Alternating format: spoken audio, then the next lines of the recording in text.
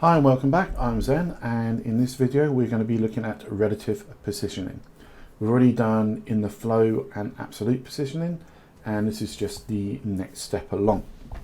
To speed things up, I have already created a basic page for us to work with. Feel free to copy it. It's very simple. We have 6 basic divs, just called B1 to B6. They have been given their own color, and then we've formatted all of the divs to give them a width and a height of 200. Now, as you know, divs are block level elements, and therefore they take up the whole line, and therefore that's what we have here is just a column, a single column of our blocks. Okay, so this is in the flow as we would know it. What we're going to do is we're going to take this blue one here and we're going to give it a relative position. You give it a very simple one. So we're going to go, first of all, position relative. B8. And then we're going to give it a top of 200 pixels.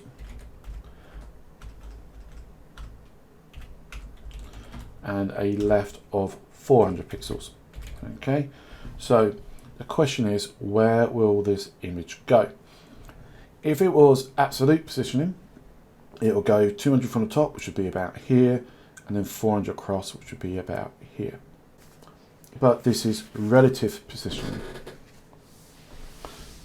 So what does relative positioning mean? Well, in this case, it basically says, keep my spot where I am, okay? Reserve this spot just for me, and move me based on where I would be in the flow. So because it's already here, top would be 200 from this top edge here, so it brings it down to here, and left is 400, and so it's from the left hand edge, so it'd be 200 and 400. So it should be basically where this is, but over here. So that makes a lot of sense. This vertical position, okay, but 200 pixels out over here, and we can see that by, if I now just save this, in fact, let's just do that. So if I now save this, there we go, we see it move. And this is the important bit in relative positioning, or there's 2 parts. First one is positioning is based on where it would be normally in the flow, okay? And secondly, it's what I call greedy. It reserves its original space and nothing else can be inside it. And we're going to prove that because this top one here, we are going to use an absolute positioning on it, and we will see what happens to the rest of the elements. Okay, so in B1 we're going to go for position absolute, and we'll go for top, and we're going to go for 200, and left we're going to go for 350. Okay, so now when we save that, we can see that that's kind of exactly where we expected it to go. But notice now that because the B1's been out of the way, the B2 has naturally moved up to take its place, because it's absolute positioning means it comes out of the flow. So that means B2 became the first item in the flow.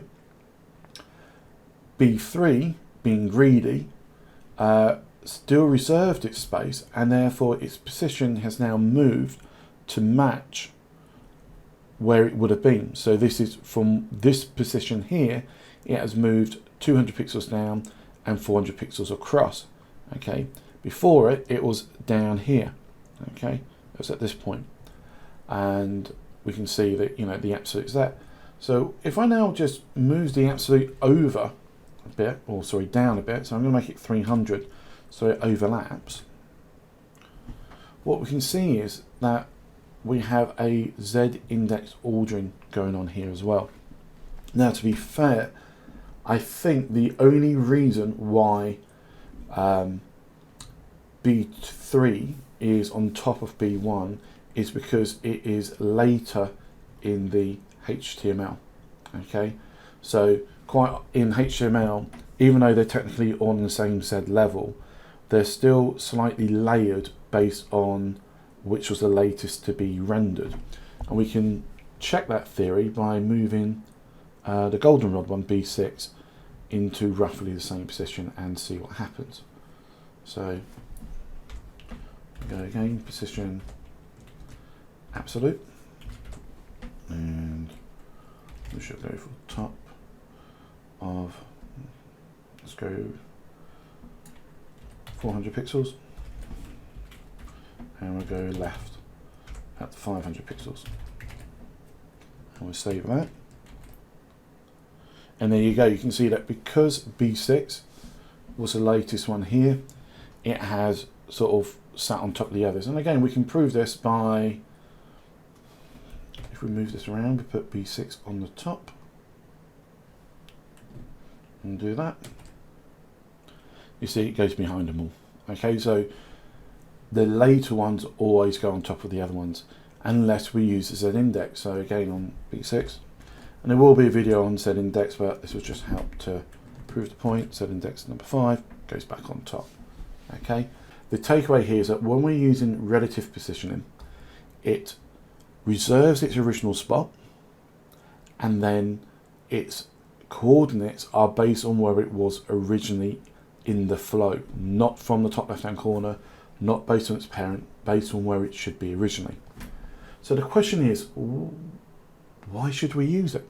You know, what is the purpose of this? You know, there are quite a few scenarios where it will be useful. I'm just going to show you very quickly the main one that people use.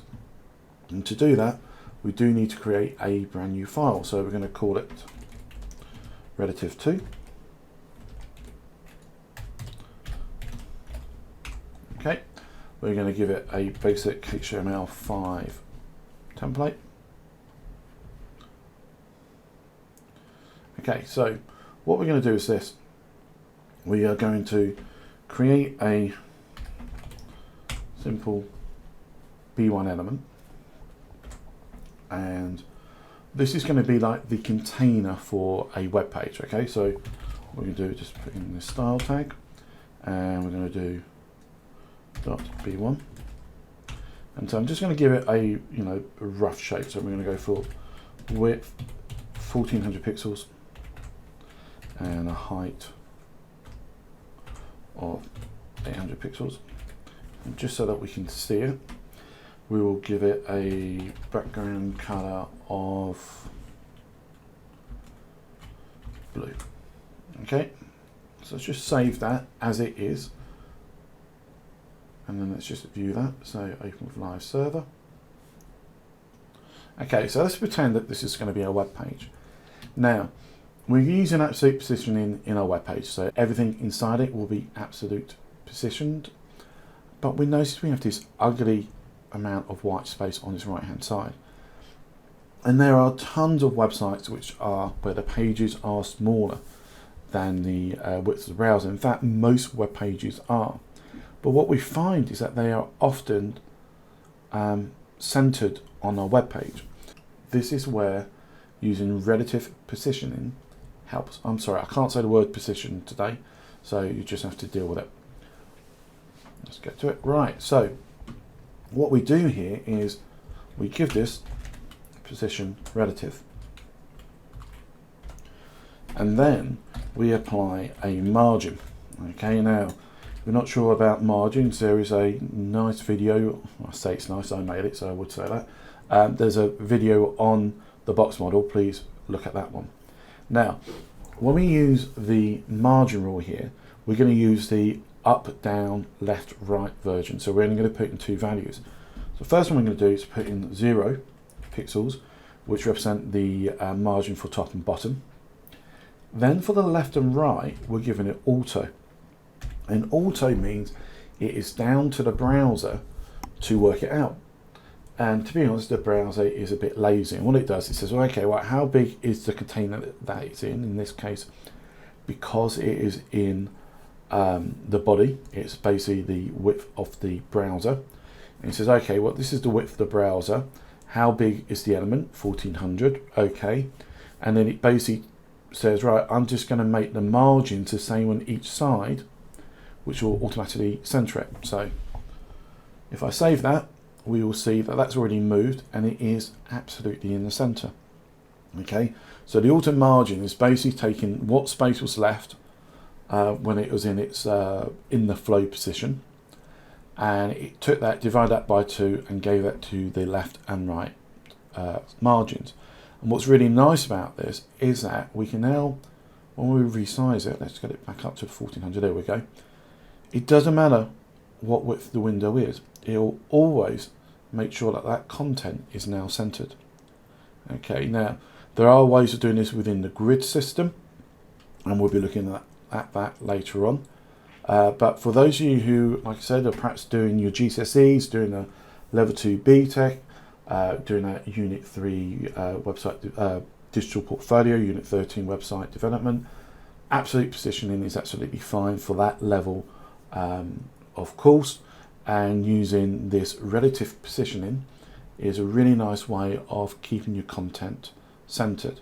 Okay, and I say, especially when you're doing stuff like this, your web page does not have to be big. It can be 1500. In fact, you're finding a lot of websites, and let's just have a quick look at the BBC News.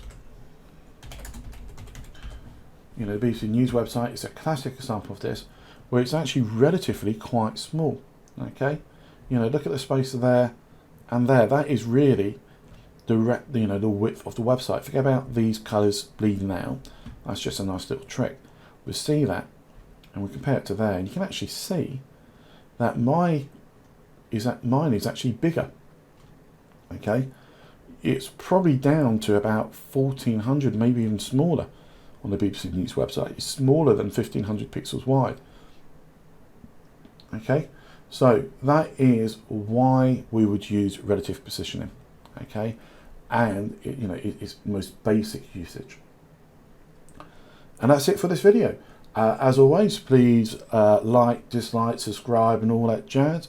Put the comments in. This is Zen, signing out.